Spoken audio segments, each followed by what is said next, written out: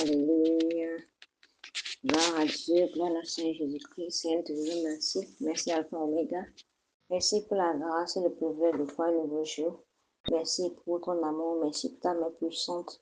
Merci Seigneur pour la faveur divine. Merci pour tout ce que tu nous sais de faire dans nos vies, Seigneur. À toi la gloire, à toi l'honneur, à toi l'adoration au peuple des cieux. Toi qui nous as préservés. Toi qui n'as pas permis à ce que le plan de l'ennemi s'accomplisse dans nos vies, Seigneur. Merci pour toi, Seigneur Jésus-Christ. Nous venons à toi tel que nous sommes, Seigneur Jésus-Christ. Nous sommes là encore ce matin. Tout péché que nous avons commis, consciemment ou inconsciemment, Seigneur, pardonne-nous, Seigneur. Lave-nous et purifie-nous par ton précieux sang. Et sang versé sur la croix de Calvaire. Seigneur, lave-nous et purifie-nous au nom puissant de Jésus-Christ. Saint-Esprit de Dieu, nous t'invitons au milieu de nous ce matin. Viens prendre le contrôle de toutes choses. Nous ne voulons rien faire sans toi. Prends le contrôle au nom puissant de notre Seigneur Jésus-Christ. Nous avons adoré le Seigneur. Shalom, frères et sœurs. Je nous salue ce matin dans le bruit précieux de notre Seigneur Jésus-Christ. Alors ouvrons nos Bibles dans le livre de Jérémie 29, 27. Jérémie 29, 27 dit ceci. Maintenant donc, pourquoi n'as-tu pas repris Jérémie au sujet d'Anathoth, qui se fait prophète auprès de toi? Maintenant donc, pourquoi n'as-tu pas repris Jérémie au sujet d'Anathoth, qui se fait prophète auprès de toi? Gloire à Dieu. Tel que nous savons, toute la semaine dernière, et nous avons vu que le Seigneur a exposé tous ces faux prophètes qui s'étaient levés parmi les enfants d'Israël qui étaient en captivité à Babylone. Dieu les a exposés. Il a exposé Shemaya, il a exposé Achab, il a exposé Zédécias. Gloire à Dieu. Et cela nous amène à dire que peu importe la durée du mensonge, la vérité va finir par se dévoiler.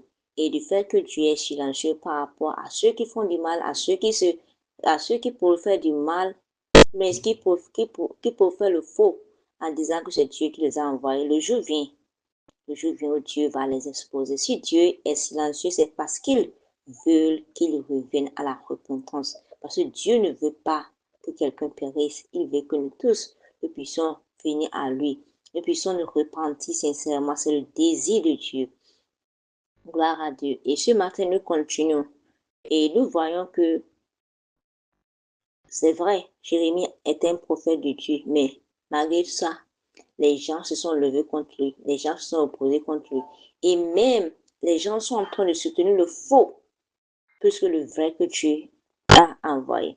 Et à travers ce verset, nous voyons l'opposition à laquelle il a été confronté parce qu'il a fidèlement proclamé le message de Dieu. Et parmi ces accusateurs, nous avons vu Shemaya, qui l'a accusé à tort et a remis en question son ministère simplement parce que la vérité proclamée lui déplaisait. Gloire à Dieu. Et on doit savoir une chose, du fait que toi tu dis la vérité, ça ne voudra pas dire que cette vérité va plaire tout le monde. Nous sommes dans un monde où les gens n'aiment pas la vérité. Les gens aiment des gens qui vont leur prophétiser ce qu'ils veulent entendre.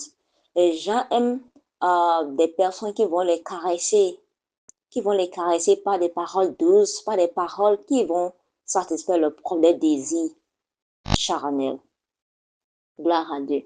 Donc, du fait que toi, tu détiens la vérité, ne t'amène pas à dire que tout le monde va t'accepter. Même les gens qui sont les gens de ta maison, ils vont te combattre parce que tu dis la vérité, parce que tu veux dire ce que Dieu t'a mis dans le cœur à dire. Gloire à Dieu. Et malgré l'opposition que Jérémie a subi, il n'a pas abandonné. Nous avons vu qu'il n'a pas abandonné. Il a continué jusqu'à la fin. Gloire à Dieu. Et cet enseignement, c'est un enseignement important.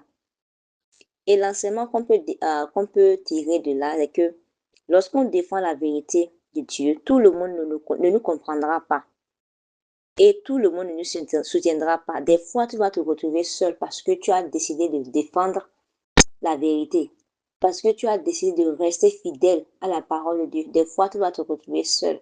Parce que les gens n'aiment pas la vérité. Tu vas te retrouver seul. Et parfois, les gens vont te critiquer.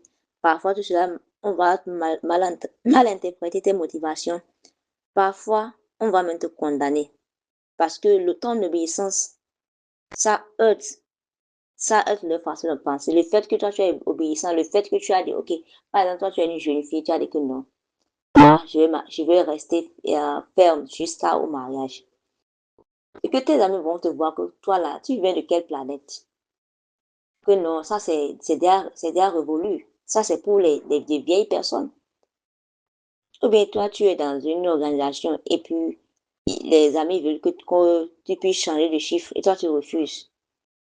Donc, il y a des choses, si toi, tu refuses de le faire, ils te voient de toi et à travers, ils te disent que non, toi, tu es de l'Antiquité. Mais toi, tu n'es pas tu n'es pas dans la page. Mais c'est que les gens vont te coller tout type d'étiquette parce que tu as refusé simplement de faire ce qu'ils font, de marcher comme ils marchent, de voir comme ils voient. Et on doit savoir une chose, nous en tant qu'enfants de Dieu, on est différents. Donc, accepte l'étiquette qu'on te colle parce que toi, tu refuses de compromettre la vérité. Accepte, peu importe l'étiquette qu'on va te coller. Accepte cela parce que tu es différent. La Bible déclare que nous sommes une race élue. Nous sommes choisis. Ce que nous avons été séparés. Il nous a mis à part.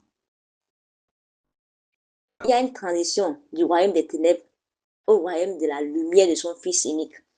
Donc, on est à part. Il nous a mis à part. Donc, si des gens te disent que tu es une personne à part, il faut accepter. Tu es réellement une personne à part. Dieu t'a mis à part. Donc, si eux, ils te voient que tu es une personne à part, une personne qui n'est pas comme eux, Il faut accepter, tu es différent. Gloire à Dieu. Si Dieu est avec toi, qui peut se lever contre toi? Mais si Dieu n'est pas avec toi et que c'est le monde qui est avec toi, il t'assure tout. Ta chute serait grave.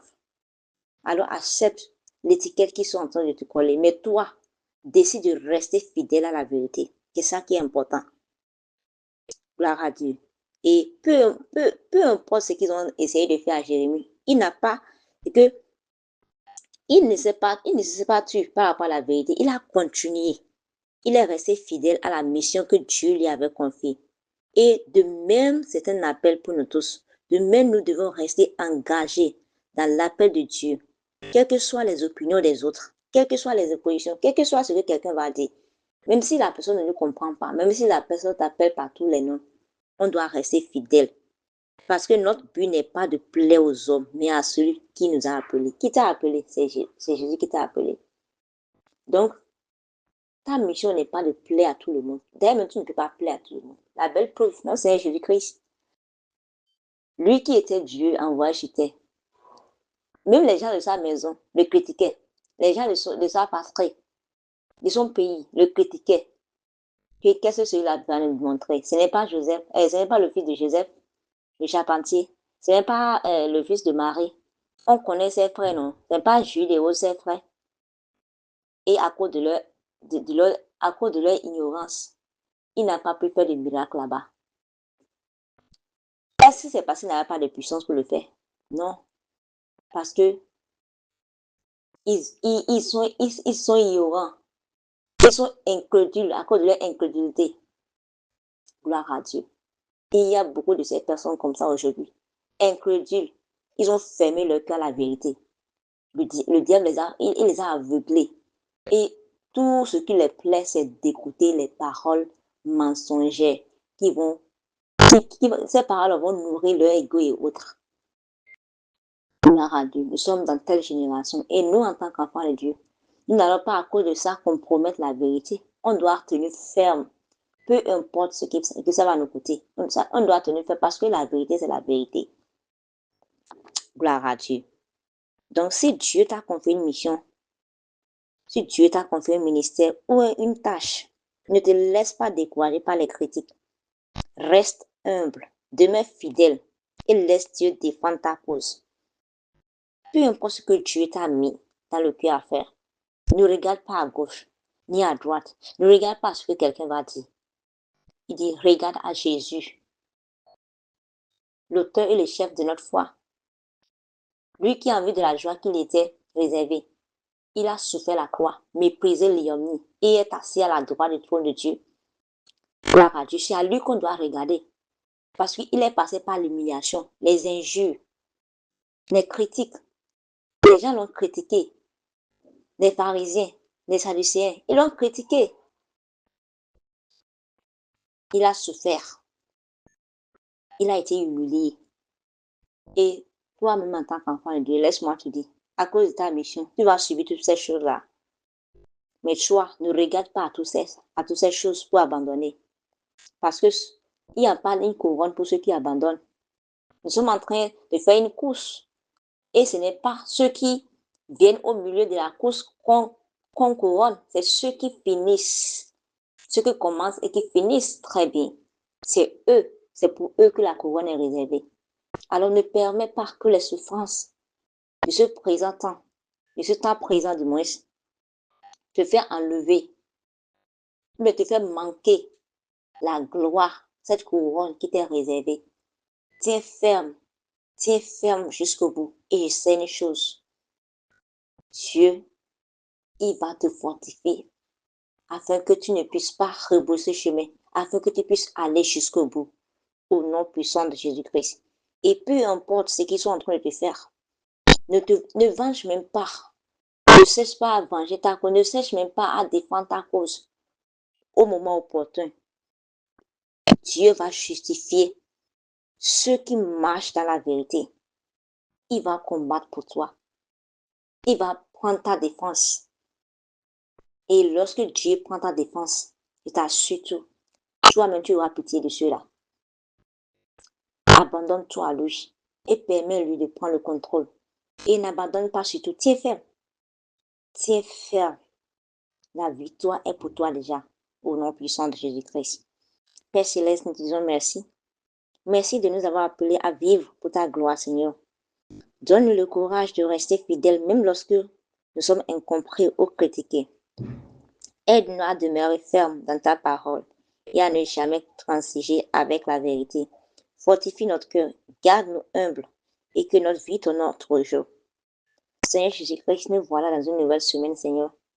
Bénis cette nouvelle semaine pour nous au nom puissant de Jésus-Christ. Seigneur, précède-nous tout au long de cette semaine et redresse tous les chemins tortueux au nom puissant de Jésus-Christ. Seigneur, que tout ce que l'ennemi a programmé contre cette semaine soit nul et sans effet. Nous implorons le précieux sang de Jésus-Christ chaque jour de cette semaine. Bénis l'œuvre de nos mains, Seigneur. Bénis nos efforts, Seigneur Jésus-Christ.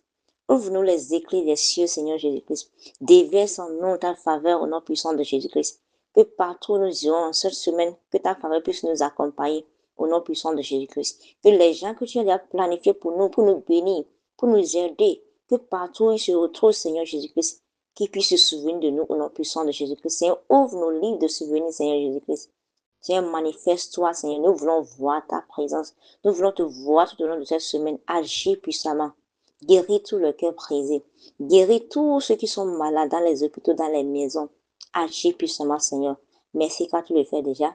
Au nom puissant de notre Seigneur Jésus-Christ, nous avons prié. Amen. Excellente journée à chacun de nous tous et shalom.